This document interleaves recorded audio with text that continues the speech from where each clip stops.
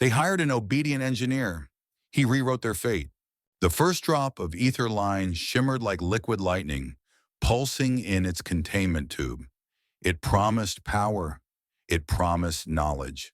It also promised death to an entire species. Ethan stood before the reactor chamber of Orvelis Prime Station. The chamber glowed with a faint violet light, machinery humming in unison like a giant heartbeat. He adjusted his collar, sweat darkening the edge of his work jacket.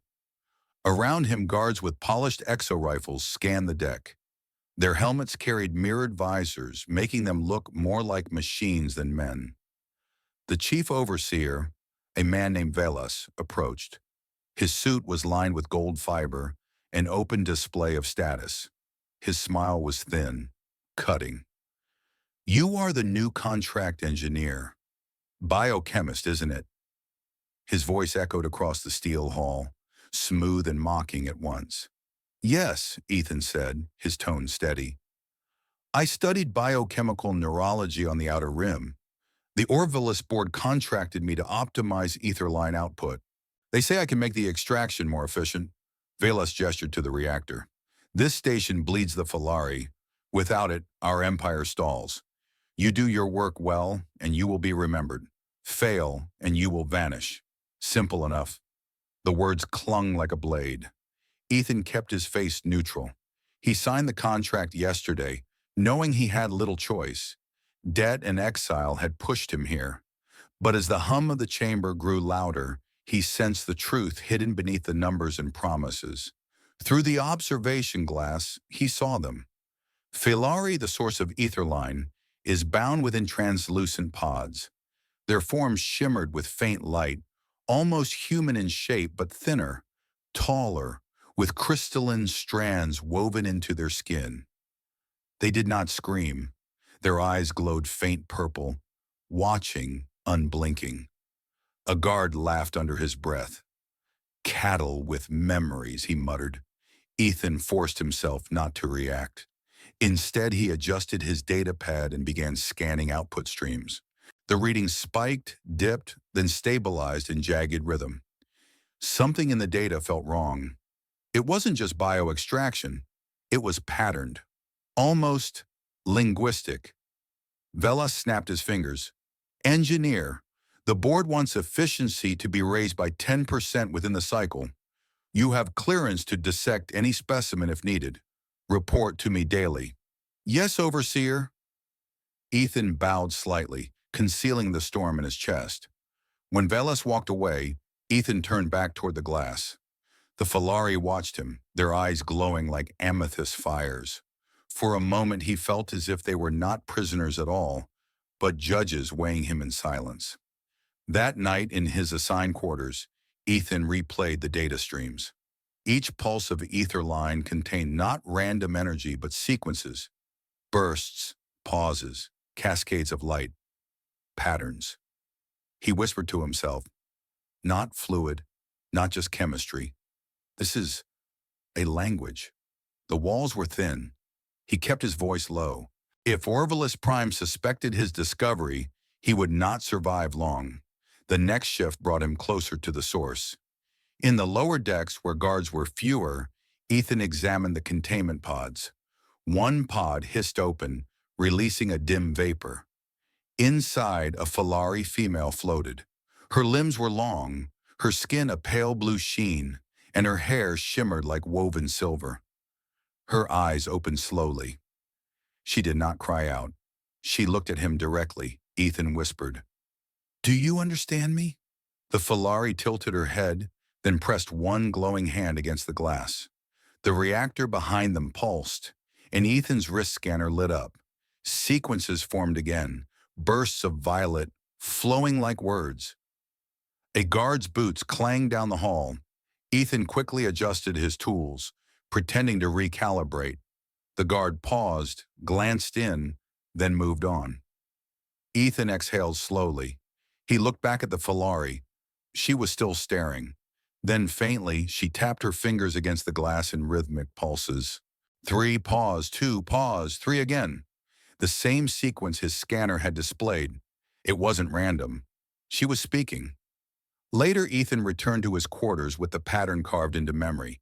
He practiced repeating the rhythm with his fingers against the metal desk. 3, pause, 2, pause, 3. A door, perhaps. An opening to communication. Days turned into weeks. Ethan found excuses to visit the lower decks, timing his presence when guards rotated. Each time he studied the Felari woman, she revealed more signals, teaching him through light and rhythm. Soon he pieced together meanings, hunger, pain, memory, names. Her name was Nara. When he whispered it for the first time, her eyes widened. The light from her body flared like a rising star. In the silence that followed, Ethan understood. Aetherline was not a resource, it was memory itself. Each drop harvested meant a fragment of their history stolen, erased. He clenched his fists. The Empire had built its wealth on devouring a people's past. One night, alarms rang across the station. A containment unit ruptured. Ethan rushed to the deck, joining others in sealing the breach. Amid the chaos, he caught a glimpse of another Felari, smaller, younger, slipping from a broken pod. Guards fired, but the childlike figure vanished into the shadows. Later, in the maintenance tunnels, Ethan found her. She was trembling, her silver hair dim, her eyes like violet glass. She whispered a sequence in faint rhythm. Ethan answered back. She stilled, then nodded. Lumi, she whispered. 2 names now.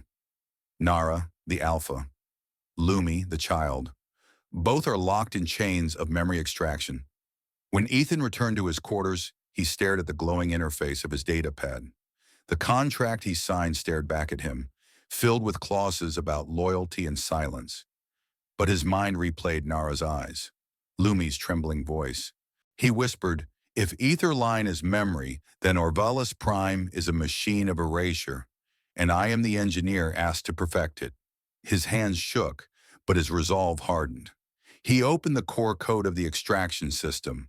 Lines of light scrolled across his screen. Hidden deep within, he saw the flaw, a gateway where memory could be rewritten. For the first time, Ethan smiled. Not with joy, but with grim certainty. This is how I break them. The hum of the station filled the silence. Far away, the Felari pulsed faintly in their pods, unaware that one man had begun to craft the code that would change everything. The reactor chamber thundered once more, violet light flooding the halls.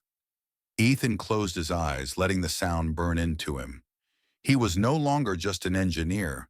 He was a thief of their erasure, and soon he would turn Orvalis's machine against itself. Ethan moved through the service ring before shift change. Boots light, breeze steady. The corridor smelled of coolant and metal. A drone floated past, lenses clicking. He kept his head down. He carried a coil of fiber in a tool case. He looked like any other engineer.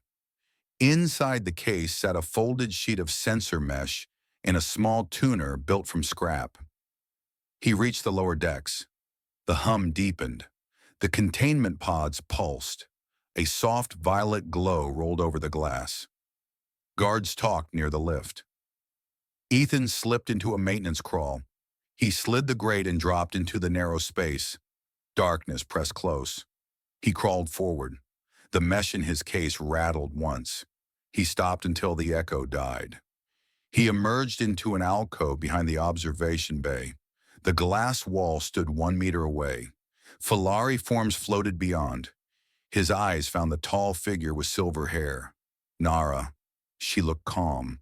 The light in her skin moved like a slow tide. On the far right, they saw the small figure. Lumi.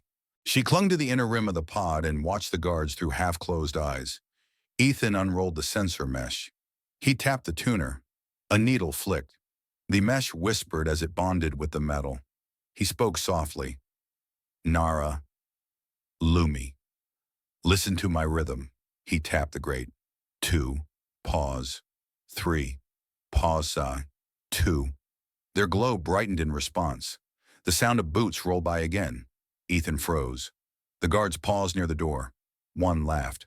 The two moved on. Ethan exhaled and pressed one palm to the glass. The pods muttered with fluid. The light sequence came back. Slow. Patient. He spoke in a whisper. I came to learn. I came to hide my learning. Nora placed her hand on the inner glass. She matched his pattern. She added a new beat, a faint push. It sank into his chest like a steady hand. He felt calm return. He understood. That beat meant trust, or its opening. He slid the tuner under the mesh. He dialed until the interference rose like fog. Cameras would read noise along this panel. The station logs would mark it as temperature drift. Nothing more. Teach me, he said. Teach me your words, Nara flickered. A pulse moved from her throat to her hand, then to the glass. Lumi mirrored the motion. Ethan watched and mapped the sequence to simple notes. 3 beats for hunger, 2 beats for pain, a long hold for memory, a soft single tap for the name, a double short tap for the place, each mapped back to the Aetherline stream. He recorded nothing. He kept it in the muscles of his fingers. He would not leave a trace. An hour passed. He paced the rhythm until it sank into bone. Then he spoke again. I will bring you food, water. I will bring a way to speak without light. Nar answered with a soft flare. Yes, or something close to yes. He left as the shift bell rang. He sealed the grate. He walked the corridor with the slow steps of a tired technician. No one looked at him twice. In his quarter, he opened the core code. He traced the extraction logic. It was cruel and efficient. It converted memory to liquid form. It stripped context and left only the raw signal.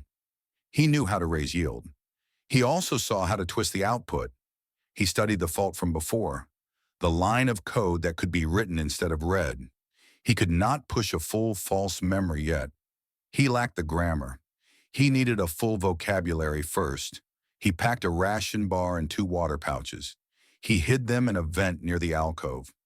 The next night, he brought a small bundle of older printed cables. He cut them into threads.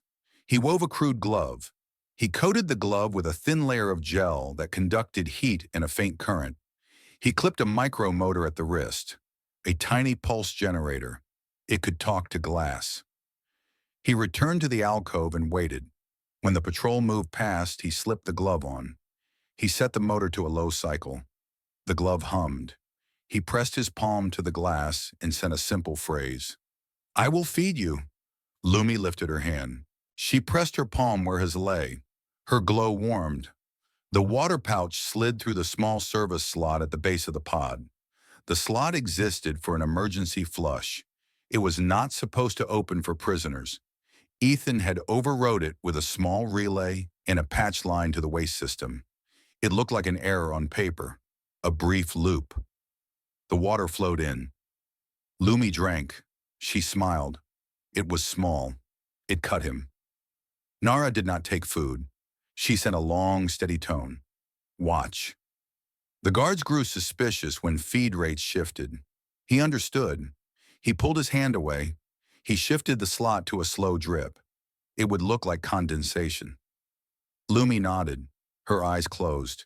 She rested. Ethan erased the relay patch before he left. He left nothing behind. The next cycles ran hot. Velas demanded faster yield. The reactor sang through the decks. The Felari pulses grew weak at times. Ethan felt panic press at him. He kept his face flat. He released small warnings into the code. A micro delay here. A fractional backflow there. The graphs stayed green. The yield rose. But he slowed the burn on the pods he could reach. It cost him sleep. He paid gladly. One morning, Velas called him to the central console. The overseer stood like a statue. 2 security officers stood behind him with rifles grounded. Velas smiled that thin smile. Your code raised yield, the board noticed. I also noticed your noise mass along panel 212. Ethan kept his eyes on the display. Thermal expansion. The seal is older than the rest. I will replace it next cycle. Velas watched him. The moment stretched. Ethan let boredom creep into his posture. Velas turned away. Replace it today, and come to dinner. The board will attend. They want to see the man who makes lightning in a jar. Yes, overseer. Ethan left. His heart hammered. He did not run. He did not slow. In the service ring, he cut left. He reached the mesh point. He peeled a strip free. He reset the tuner to a benign profile. He tested the camera feed. Clean. He felt the pressure inside his skull ease. He needed a deeper blind, one that did not depend on mesh. He needed a blind inside the machine itself. That night, he sat with the board. They talked in bright words. They laughed about profits. They drank clear flame in crystal cups. Velas watched him like a wolf. Ethan smiled when they smiled. He made small jokes about calibration. He did not drink more than a sip. After he walked the quiet corridor to his room, he stopped at the viewport. Titanos hung below like a dead ember. No oceans, no green. Velas used it as a prison world. He stared for a long time. Then he went to work. He built a new filter for the logs. He used the language of the reactor. He nested his changes inside the pulse aligner. It looked like a feedback loop. He gave it a harmless name, phase equalizer. It would sit between the reporter and the core. It would hide any signal that matched his glove rhythm. It would bury those notes as noise. He tested the filter at 2 a.m. station time. He pressed his fingers to his desk. The desk camera saw motion. The logs showed nothing but heat drift. He allowed himself one small nod.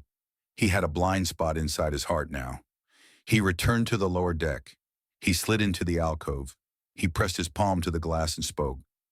I can speak longer now. I can hide it. Nara lit like a lantern. Lumi clapped once. The sound was swallowed by fluid. Ethan smiled. Teach me deeper words. They did. They showed him words for grief and for home. They shaped words for river and for song. They tapped out a word that felt like oath. Nara traced a line on the glass with her finger. She held her palm to the line for a count of 6. It meant a vow. He answered with the same. Days of learning bled into nights of sabotage. Ethan tested the right point in the core. He fed it a simple loop. He wrote a string that turned a memory fragment back on itself. The output coiled like a snake and bit the input. The system hiccuped. Then it stabilized. No alarms, no flags. A seed was planted. He carried more food when he could. He carried stories as well. He told Lumi a brief tale from Earth, a child who chased a comet and found it was a mirror made of ice. Lumi listened with wide eyes. She spoke a Felari story back to him. It used only light and rhythm. It was about a river that remembered the feet that once crossed it. He did not know all the words. He felt the meaning all the same. During one lesson, the alarm screamed. Red lights strobed. The floor shook. A pod line had overpressured. Ethan heard the rush of boots and shouts. He saw a crack bloom along the far glass. He knew the drill. Security would vent the section if they feared a breach. He acted first. He slammed his glove to the control panel. He flashed the code he had hidden for emergency override. The panel blinked.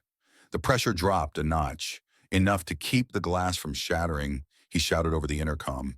Line 2 backflow jam. Purge port sealed. Rotate valves now.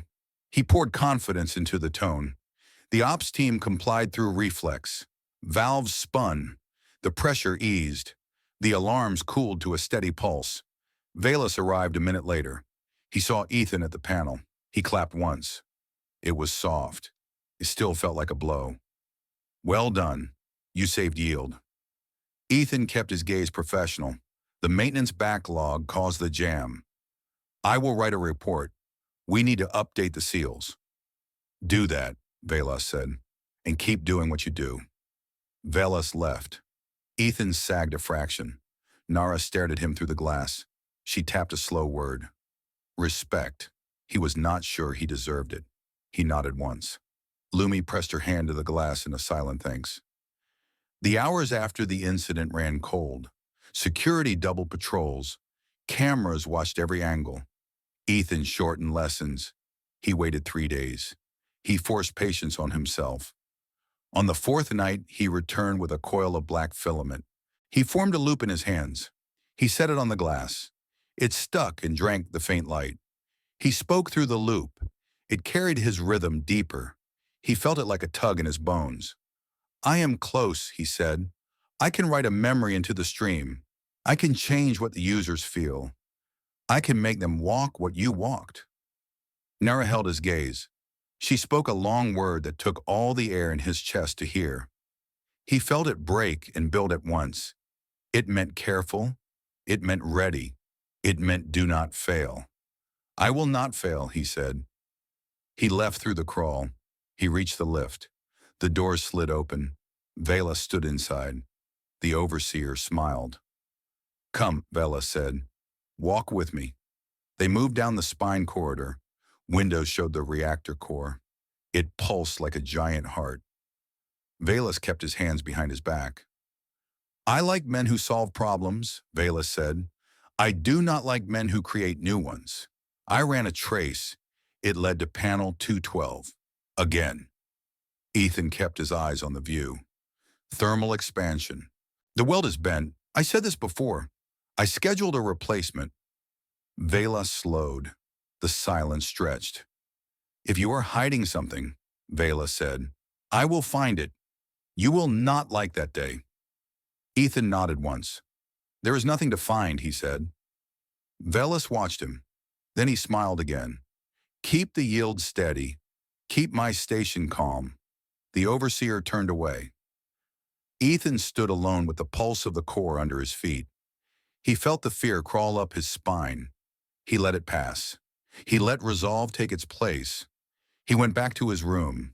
He opened the core again. He studied the right point. He wrote a longer string. It braided 3 loops. It tied them into a sharp knot, a knot of memory. He set a trigger.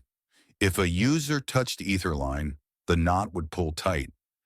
It would lead them through a path he would choose. It would show them what the Felari had lost.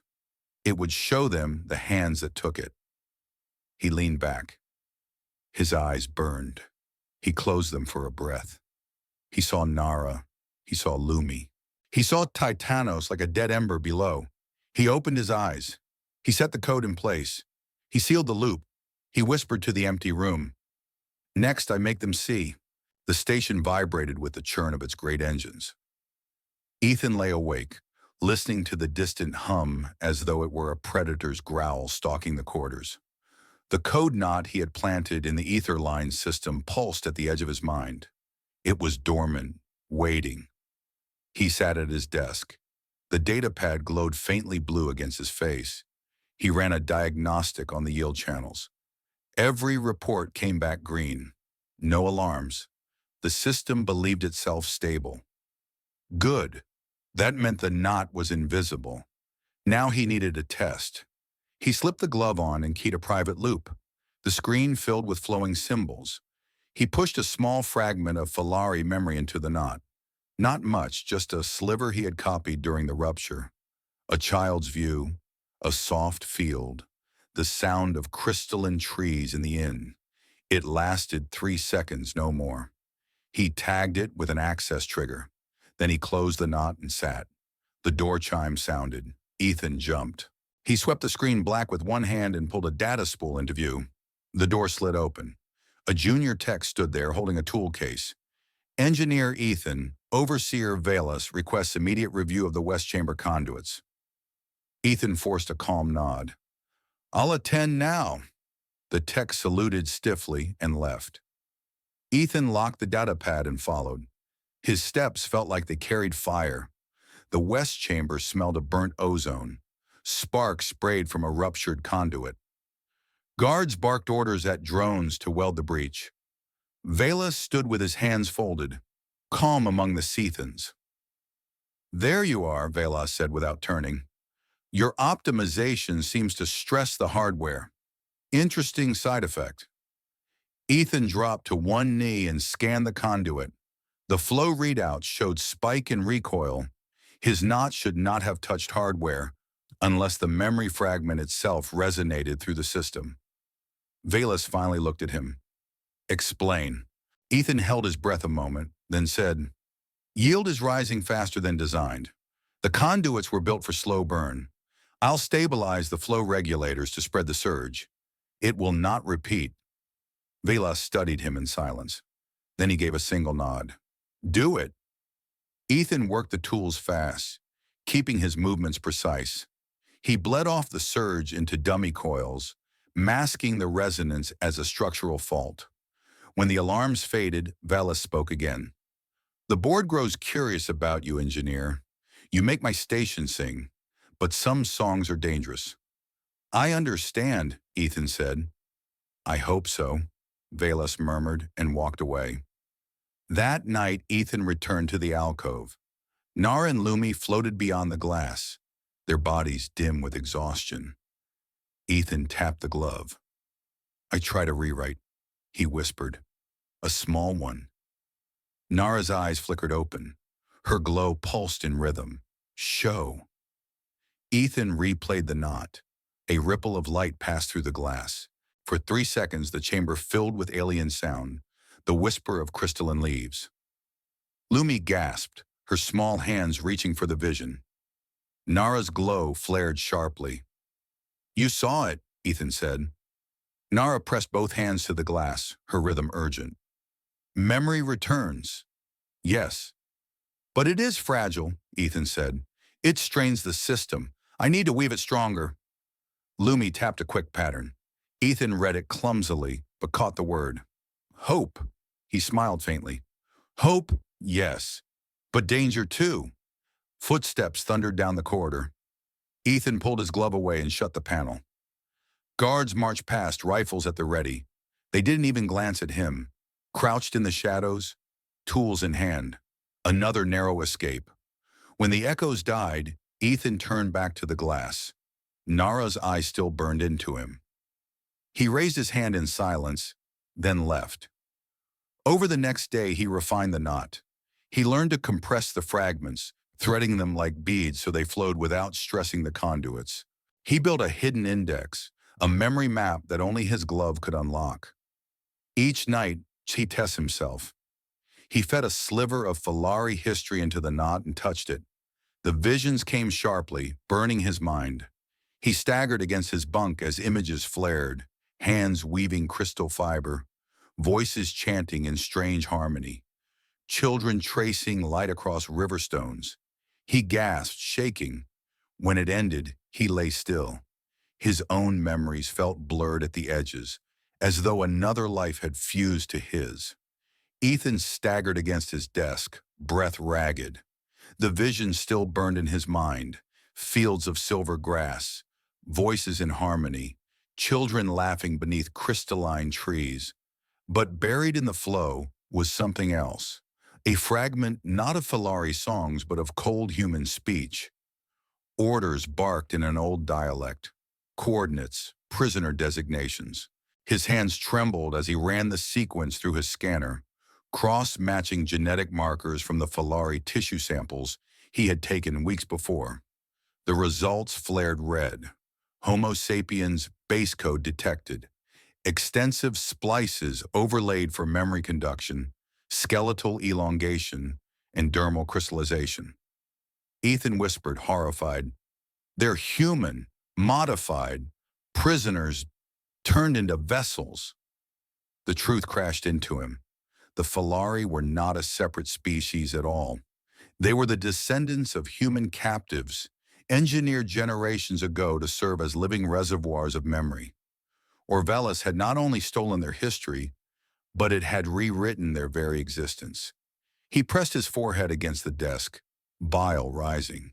Every Felari eye he had met, every pulse of light, every whispered rhythm, echoes of people who should have lived free.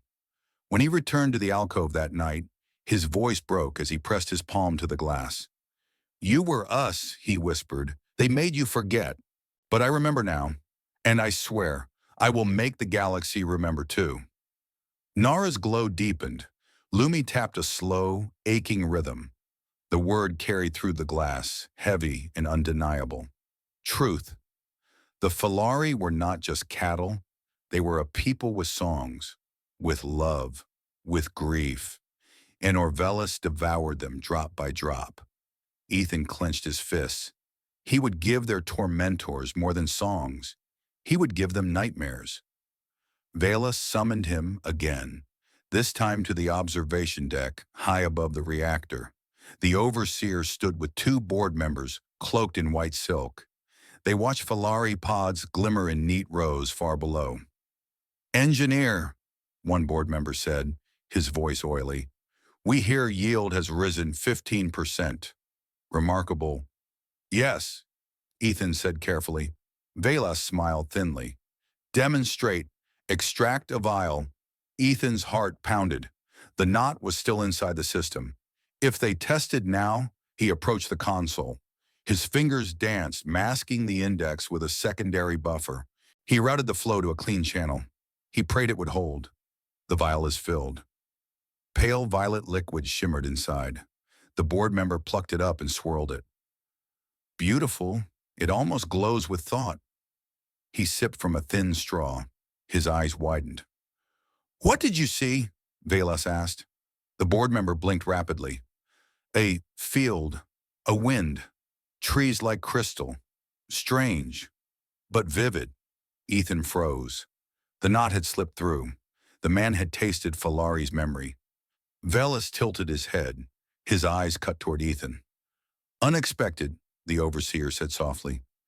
"Perhaps the Felari bleed their own illusions into the product. Or perhaps our engineer has been experimenting."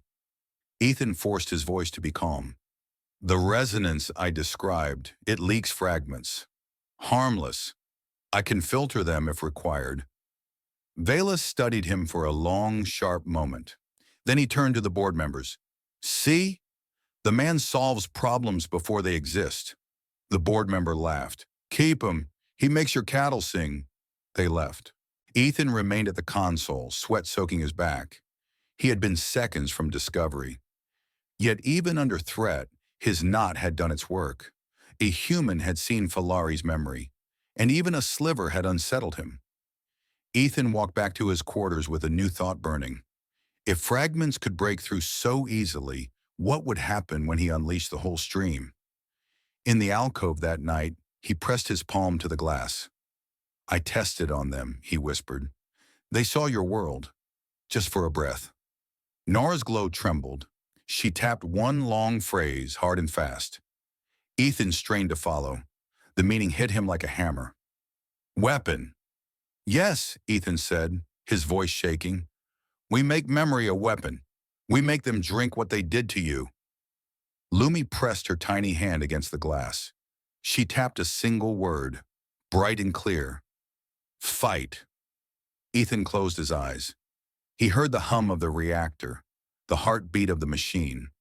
He saw Velas's cold smile.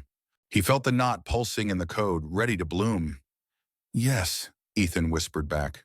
"Fight." The next cycle began with silence, then screams.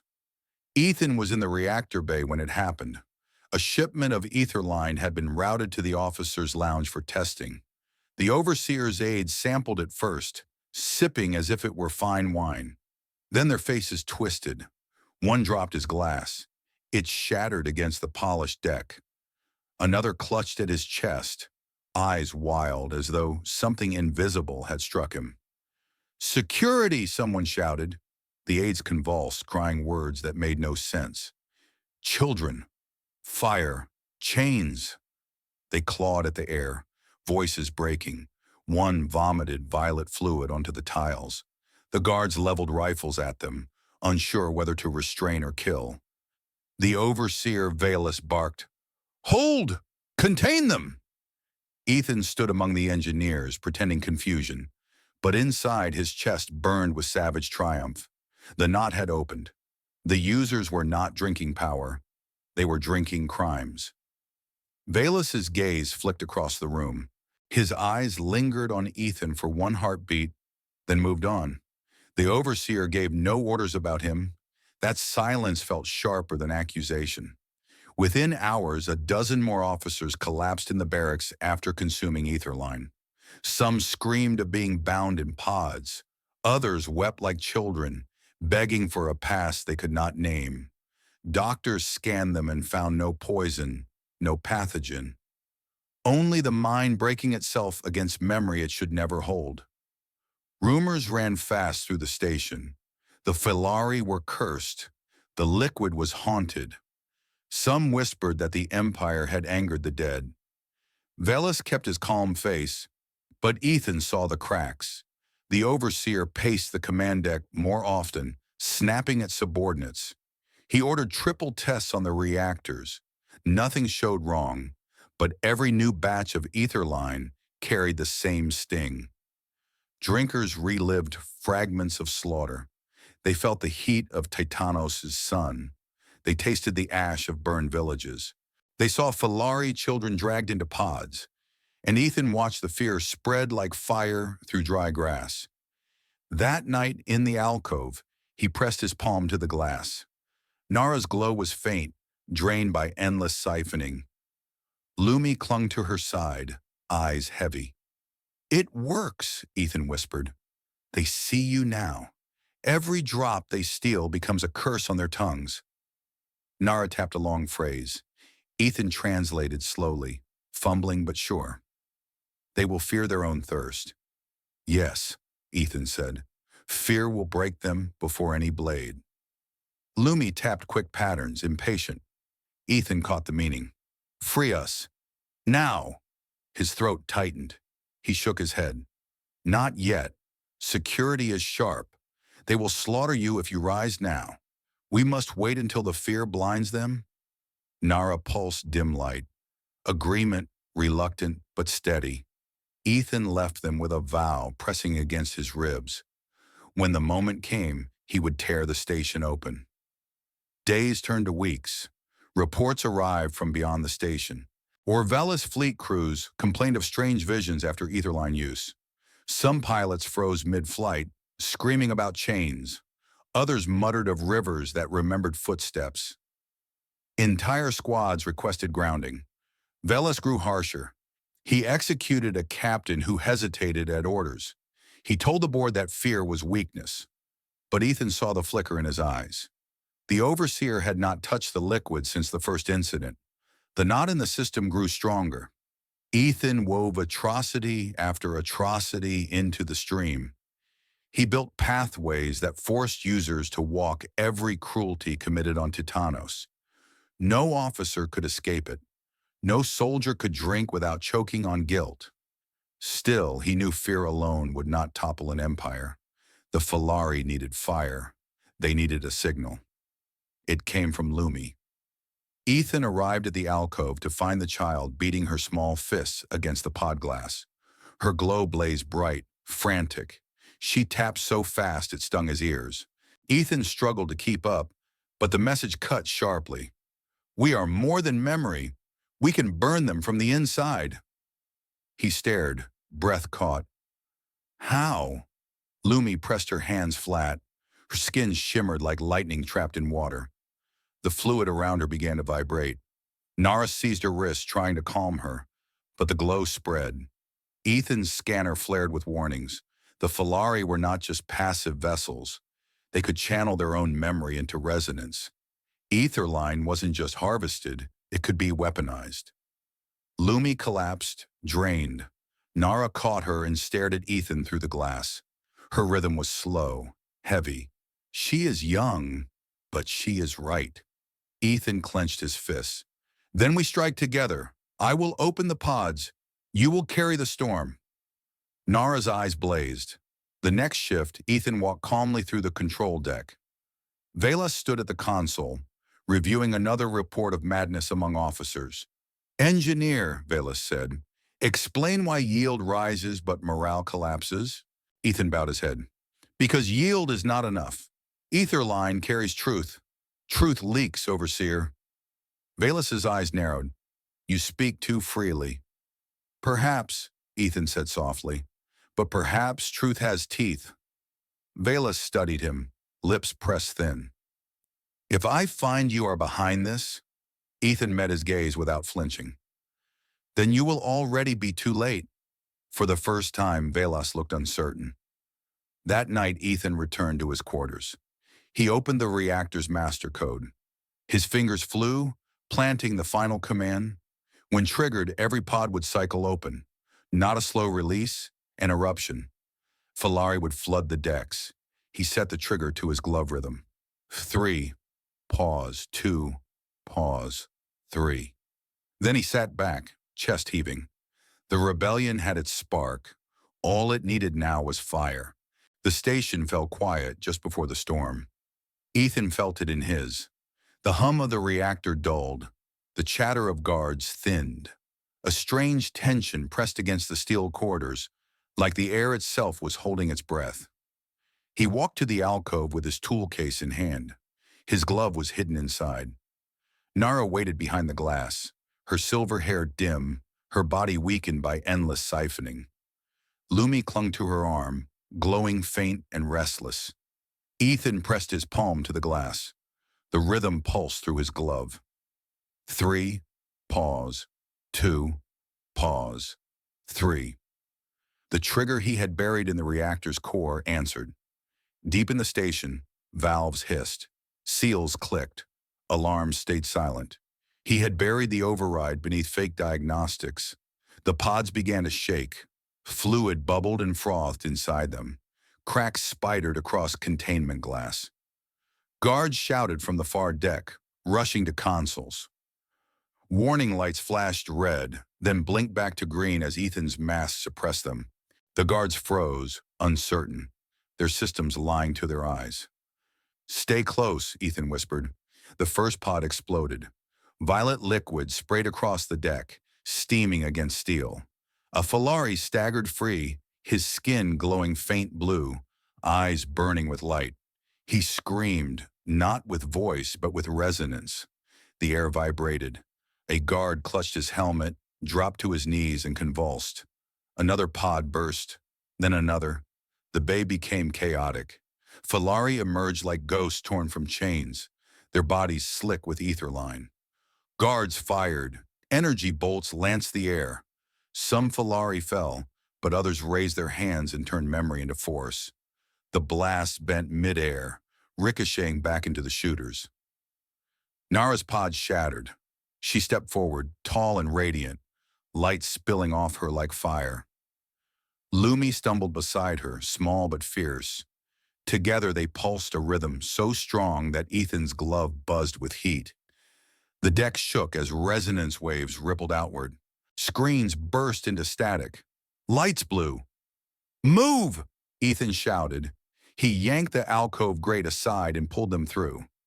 The three ran down a maintenance corridor as sirens finally wailed across the station. Vela stormed into the command deck. His coat flared as he shouted orders. "Seal the reactor bays. Deploy shock squads. No Felari leaves containment." But the damage spread faster than his commands. Across the station, pods cracked in synchronized rupture. Ethan's trigger had cascaded through every subsystem. Entire wings flooded with freed Felari. Their light burned through steel. Their resonance turned hallways into quakes. Vela slammed a fist on the console. "Trace the override. Find me the hand that did this," a text stammered. "No trace, Overseer. The system reports all green." Velas's lips peeled back in a snarl. "Then someone is inside my house. Hunt him." Ethan led Nara and Lumi through shadowed maintenance shafts. The walls trembled with distant firefights. The smell of ozone and burning flesh seeped through vents. He carried a stolen rifle, stripped from a fallen guard. His grip was steady, though his heart hammered. "Where?" Nara pulsed, tapping against his arm. "Docking bays," Ethan said. "We get a shuttle. We leave this graveyard." Lumi tugged his sleeve, eyes wide. She tapped a quick beat. Others, Ethan's jaw tightened. Hundreds of Felari still fought through the station. Many would die before reaching freedom. But he couldn't free them all. He looked at Nara. Her eyes glowed with the same thought. "We save who we can," he said. They reached a junction where guards held the choke point. Exosuits bristled with weapons, helmets glinting in red light. Ethan pulled Nara and Lumi back into cover. The guards advanced in formation, rifles raised. Behind them, a squad leader barked, "Flush the ducks! Burn everything that moves!" Nara pressed her hand to the wall. The glow in her body surged. Ethan felt the hum climb inside his chest. She unleashed it. The wall vibrated.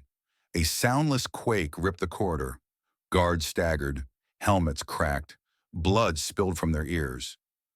Lumi followed, a high-pitched pulse that pierced like a blade. The soldiers collapsed, rifles clattering. Ethan stepped forward and finished the survivors with clean shots. No hesitation, no mercy. They moved on. In the central atrium, the rebellion roared in full. Freed Felari clashed with armored squads under the glow of shattered skylights. Memory pulses blasted across steel walkways, knocking men from railings. Energy bolts cut through the Cethans. Fires raged. Ethan, Nara, and Lumi pushed through the melee. A Felari warrior recognized Nara and bowed in rhythm even as he fought. She answered with a flare of light. A leader returned. Velas's voice boomed through the loudspeakers. "This station belongs to Orvelis. You are cattle, not soldiers. You will drown in your own lies." His words echoed, but fear had already eaten his men. Some guards fired wildly, screaming of chains and rivers. Others dropped their weapons, clutching their heads. Ethan's knot worked its poison even now, forcing every soldier to live the atrocities of Titanos. They reached the outer ring. The docking bay was ahead. Ethan keyed his glove to override the door. The system resisted. Velas had locked it. Ethan cursed, sweat pouring down his face as he rewrote the code in real time. Behind them, more guards surged. Nara raised her arms, light blazing. Lumi joined her. The corridor shook with their resonance, slowing the advance. But Ethan knew they couldn't hold forever. The lock finally cracked. The docking door hissed open. Inside, a row of shuttles waited, sleek and armed. "Go!" Ethan shouted. They sprinted inside. He sealed the door behind them and fired up the shuttle systems. The engines roared to life. Through the viewport, he saw the station tearing itself apart. Fires burned, pods shattered. Felari fought in every corridor. Nara stood tall, her glow fierce despite exhaustion. Lumi gripped her hand, eyes blazing. Ethan's fingers danced on the controls.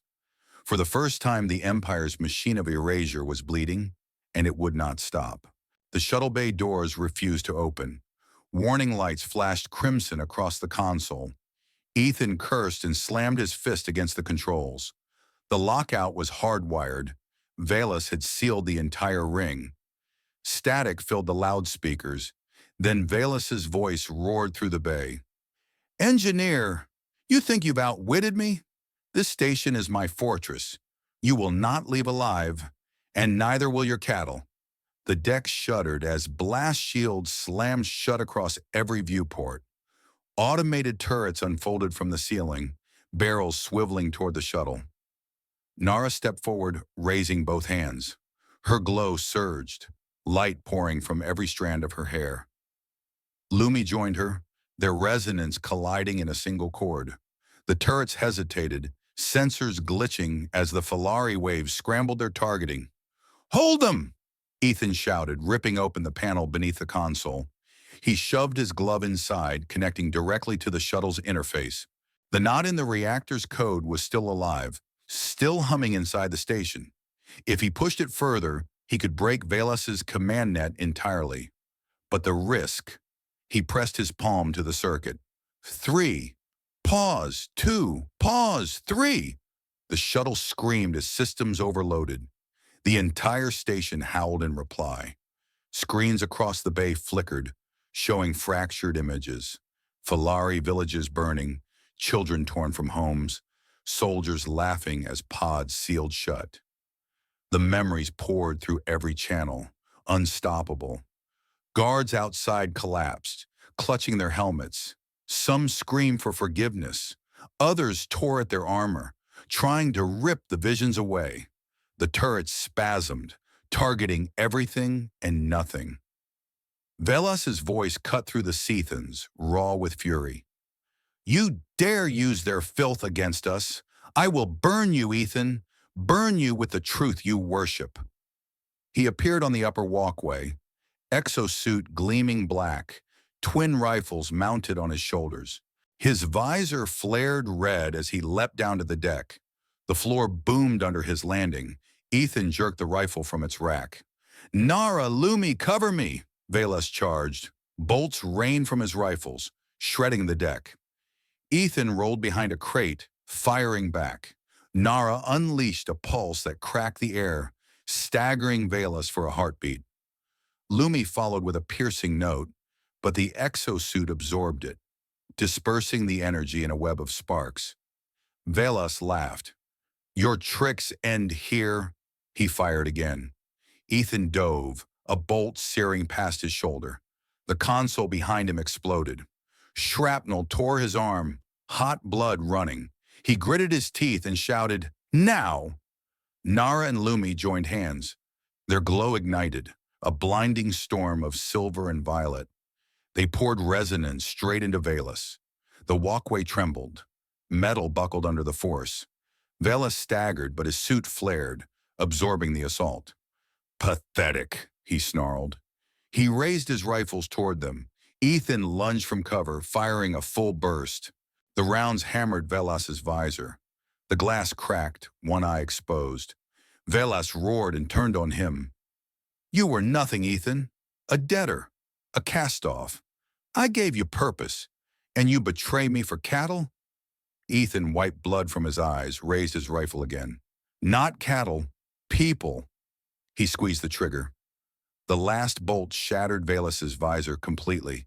For a moment, Ethan saw his enemy's eyes, bloodshot, filled with hate and fear. Then Nara's resonance struck like a hammer.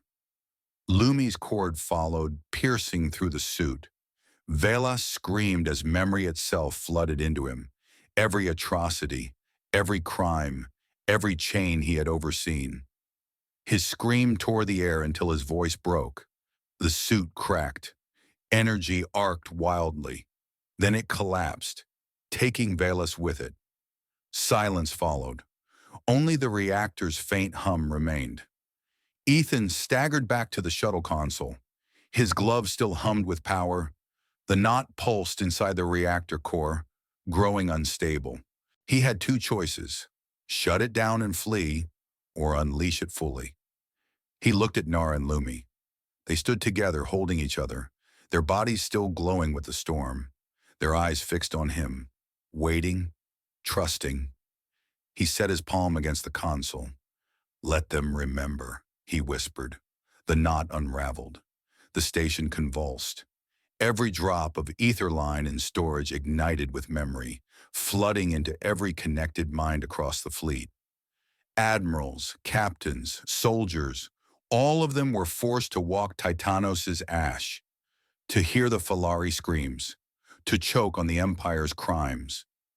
Ships staggered in orbit, command chains fractured, and in the heart of Orvalis Prime Station, the pods shattered one by one. The Felari emerged, free at last, their light spilling through fire and smoke. Ethan's shuttle bay doors finally opened, blasted apart by the resonant surge. Beyond them lay stars. He turned to Nara and Lumi. "Time to go." They boarded together, engines roared. The shuttle lifted, fire trailing behind. Through the viewport, Ethan saw the station collapsing in on itself, a burning carcass, bleeding memory into the void. The Empire had been gutted by the very thing it tried to erase, and he had lit the fuse. The shuttle tore through the void, engines straining against the pull of Orvalis Prime's gravity well. Ethan's hands stayed tight on the controls, sweat stinging his eyes. Behind him, Nara sat in silence, her glow pulsing faintly as she cradled Lumi, who slept at last after unleashing her storm. The viewport filled with Seathans. The Orvalis fleet orbited in tight formation, a steel ring meant to choke the Felari forever. Now that the thing is breaking, cruisers drifted with engines cold, their crews crippled by memory floods. Battleships fired blindly, turning on one another as officers screamed under visions of chains and slaughter. Some ships detonated from within, fires spreading where crews sabotaged their own decks in madness. "By the void," Ethan whispered. He had planned sabotage. He had expected rebellion. But this was a collapse. Nara leaned forward, her crystalline eyes on the burning fleet. She tapped a slow rhythm on the console. "Justice." "Yes," Ethan said, though his voice carried no triumph. "But not peace. Not yet." A destroyer broke formation and angled toward them, weapons powering. Its hull bore the gold sigil of the Orvalis High Guard. Somehow its crew still held discipline. A missile rack unfolded, locking onto their shuttle. "Hold tight," Ethan shouted. He dived hard, engines groaning. The missile streaked past, exploding against a crippled cruiser. Shrapnel glittered across the void. The destroyer pursued. Ethan's hands moved faster than thought, weaving the shuttle through debris fields and shattered plating. The smaller craft gave him speed, but the destroyer had reach. Another missile locked. Lumi stirred, eyes glowing dim. She tapped weakly on Ethan's arm. "Let me—" "No," Ethan said sharply. "You've given too much already." Nara's hand pressed to his shoulder. Her rhythm was calm, firm. "She is Felari. Let her fight." Ethan's jaw tightened. He banked left, rolling between wreckage, then glanced back. "One chance, Lumi. Just one." The child pressed both hands to the shuttle's bulkhead. Her glow surged, brighter than ever before. The panels vibrated as her resonance climbed. Through the viewport, RT Ethan saw the destroyer's weapons flicker. Its missile racks twisted, guidance failing. Then the whole system backfired. Missiles erupted from their racks and detonated against the destroyer's hull. The warship blossomed in silent fire. Shards scattered across the dark. Lumi collapsed against Nara's arms, drained but smiling faintly. Ethan pulled the shuttle clear of the blast wave. "You did it," he whispered. Beyond the battlefield, stars shimmered. Ethan set a course for the crystalline forests of Varelia. The shuttle's nav screen displayed the jump path, a single green line, fragile as hope. Behind them, Orvalis Prime burned. The station that had bled a people dry was now a broken carcass, torn open by the very memories it sought to erase. Fleets shattered, commanders mad. The Empire's spirit is broken. But Ethan knew empires didn't die in a single night. Others would rise. Armies would regroup. Someone would come hunting. "We can't go back," he said quietly. "Not to Earth, not to the Empire, not to anything that was." Nara touched the console again, her rhythm soft. "We build new. Library. Truth." "Yes," Ethan said. His voice steadied. "We build the library of emotions. Every memory they tried to steal, we'll keep safe. Every story, every loss. No more erasure." Lumi stirred in Nara's arms, her small hand lifting. She tapped once against Ethan's wrist. "Home." Ethan felt the words sink deep. For the first time, he let himself believe it. The shuttle slipped into the jump corridor. Starlight stretched into rivers of color, painting their faces with fire. Ethan closed his eyes for a moment. The screams, the seathens, the collapse of a fleet, they still rang in his head. But underneath it all, there was silence. Not the silence of death. The silence before something new began. The shuttle broke through the clouds of Varelia at dawn. The sky shimmered with fractured light, as though crystal veins laced the atmosphere itself. Below stretched forests, unlike any Ethan had seen, towering crystalline trees, their trunks translucent, their branches glittering with violet and silver. When the wind passed through, they sang. Ethan set the shuttle down in a clearing where crystal roots arched from the ground like frozen waves. The engines wound down. Silence followed, except for the endless, haunting music of the forest. Nara stepped onto the soil first, her feet glowing faintly as if the ground itself welcomed her. Lumi followed, her small hand clutching Ethan's sleeve. For a moment they simply stood, breathing air that was not laced with steel and fear. "This is where we begin," Ethan said softly. They built with what they had. Shattered pod fragments became foundations. Crystalline roots formed walls, bent and woven by Felari resonance. Ethan cut supports from shuttle panels, rigging power cells into lamps. Nara guided freed Felari, who had followed them through scattered escape pods. Together they raised a structure of crystal and steel, glowing faintly in the forest dusk. The Library of Emotions. Every Felari carried fragments of memory within their skin. Ethan built devices to record them, circuits tuned to resonance, storing songs, visions, griefs. Lumi was the first to offer hers. She pressed her hands to the recorder, and her childhood poured into it. Fields of silver grass, laughter among riverstones, the terror of the pod, the fire of freedom.